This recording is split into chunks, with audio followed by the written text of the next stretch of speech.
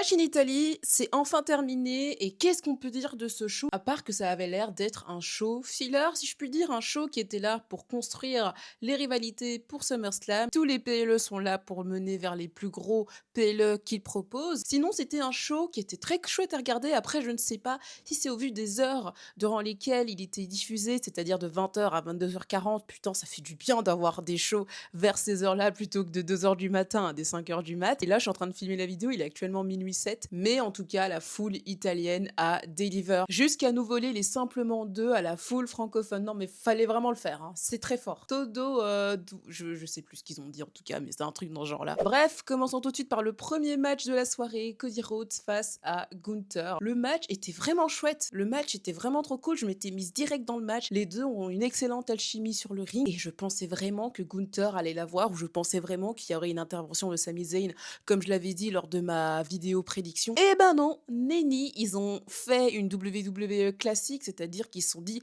tout le monde reste fort. Gunther a mis son pied en dessous de la corde après que Cody ait effectué un crossroads. L'arbitre ne l'a pas vu. 1, 2, 3, Cody Rhodes wins, lol. Gunther, confus, n'arrive pas à comprendre. Il se dit, wesh, j'ai pas perdu.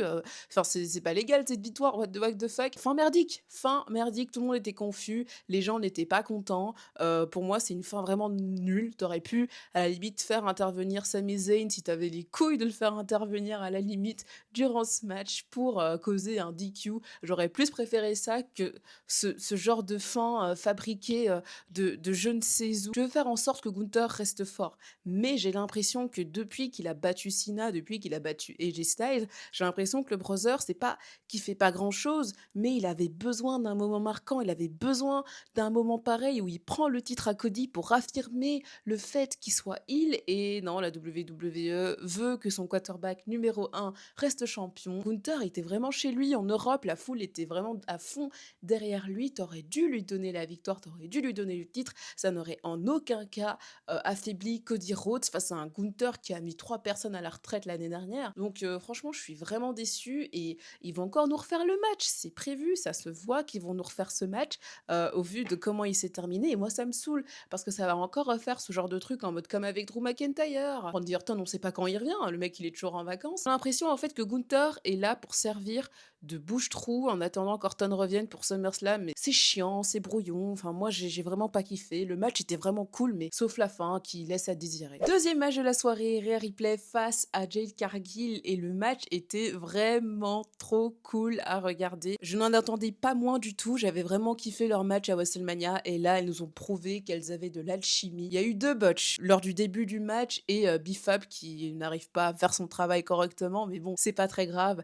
Ça arrive. Rhea Ripley qui conserve grâce à Charlotte Flair qui est intervenue pour attaquer Michin et Bifab qui était là pour aider Jade et ça n'a pas réussi. Après, j'aurais kiffé que Jade prenne le titre. Enfin, ça m'aurait vraiment pas dérangé du tout. Jade qui reprend le titre et pourquoi pas leur perdre, je ne sais pas moi, 2 semaines plus tard à SmackDown lors d'un troisième affrontement entre les deux. Mais là, on a l'impression que la WWE se dirige vers une sorte de rivalité entre Rhea et Charlotte pour SummerSlam, pourquoi pas. Charlotte Flair qui va être dans le Queen of the Ring et aller affronter Rhea, en vrai ça peut être très très cool. J'ai hâte de voir comment Jade va s'en sortir après cette défaite. J'espère qu'elle va se relever quand même et ne pas être trop bas au niveau de la mid-card. Et tous les gens qui disent que Jade ne savait pas catcher, allez voir ces matchs-là, car pour moi c'est Jade qui a carry les 2 matchs, en tout cas, comparé à Rhea Ripley. Parlons d'une chose qui s'est passée lors de ce week-end qui n'a rien à voir avec Clash in Italy, mais je voulais vous parler du match entre El Grande Americano, l'original, face à El Grande Americano, l'imposteur. Ce match était exceptionnel.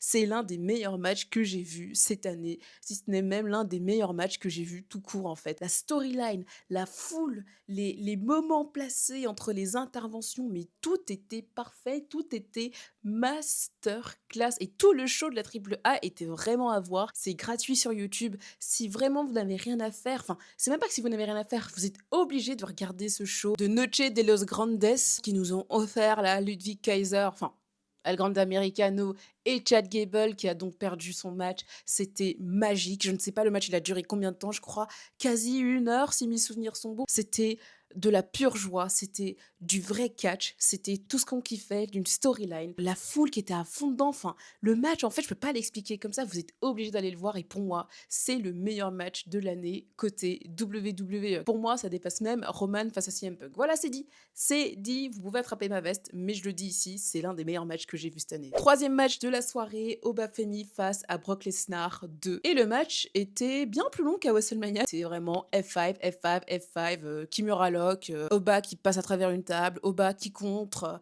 qui essaie de faire sa prise, et Lesnar qui contre, F5, F5, et après, Lesnar wins. Voilà, Brock Lesnar a gagné comme on l'attendait, mais il a gagné de manière assez difficile, hein. Oba, il s'en est quand même sorti après 6 ou 7 F5, il s'est quand même dégagé de tout ça et même de la Kimura Lock qu'on n'avait plus vu depuis assez longtemps à la WWE. Enfin, ça fait longtemps que j'avais plus vu Lesnar en refaire une. Et Lesnar gagne. En vrai, j'aurais préféré qu'Oba gagne, mais c'était logique au vu de la storyline que Lesnar remporte ce match. Et on aura bien un troisième match entre les deux, car à la fin, t'as Lesnar qui a fait 1+1, donc certainement un troisième match, peut-être lors de SummerSlam. Peut-être qu'Oba va mettre à la retraite Brock Lesnar. La rivalité entre les deux, j'ai l'impression d'être accro. Dès que je la vois, enfin, j'arrive pas à m'en lasser. Je suis déçue que la WWE l'ait remis sur la table, mais je suis quand même contente de la voir, car les deux sont vraiment incroyables. Ils arrivent à nous sell des trucs de fou. Lesnar, avec ses expressions faciales, il est très très fort. Obafemi, ça se voit qu'il a du kiff en affrontant Brock Lesnar. Et à voir si Obafemi va sell son bras, va sell le Kimura Lock durant des semaines, pour histoire de dire qu'il sera pas là et que c'est normal, ou alors il va perdre dans un match, je ne sais pas quand. Mais ça lui a offert sa première défaite face à Brock Lesnar, et c'est peut-être pas plus mal, j'ai envie de te dire. Hâte de voir ce que sera la suite entre les deux, mais franchement, je suis très très très hypée par les deux. Quatrième match de la soirée, Sol Ruka face à Becky Lynch, et je vous annonce qu'on a une nouvelle championne intercontinentale. Sol Ruka a remporté le titre. Je kiffe la décision en vrai, j'avais pronostiqué Becky Lynch, je voulais que Becky remporte ce match, car pour moi c'était encore trop tôt de le donner à Sol Ruka, mais c'est pas plus mal parce que ce titre est là pour ça. Becky Lynch, j'adore le travail qu'elle fait en fait avec toutes les filles de la division féminine cette dernière année qui s'est écoulée, avec Maxine, avec Lyra, avec AJ, et là maintenant avec Sol Ruka. Hâte de voir ce que Sol Ruka va faire, c'est sa première victoire au main roster, elle a battu The Man, elle a battu Becky Lynch ici, et la rivalité forcément elle va continuer, on s'en doute bien, mais c'est bien que Becky Lynch soit là pour mettre en avant deux jeunes talents, et c'est ça qu'on veut, c'est ça qu'on kiffe. Franchement, Becky, quoi qu'on l'aime ou qu'on l'aime pas, on est obligé d'admettre que c'est l'une des meilleures choses qui soit arrivée là à la division féminine, en tout cas à la mid-card féminine. Elle laisse les autres briller, elle ne prend pas toute la place, elle met vraiment en avant toutes ces femmes, et c'est ça qu'on veut, et ça je kiffe. Franchement, Becky Lynch, bravo pour ça, et bravo aussi à Sol Ruka. Le match était vraiment trop trop cool, en tout cas tous les matchs étaient qualitatifs sur cette carte, hein.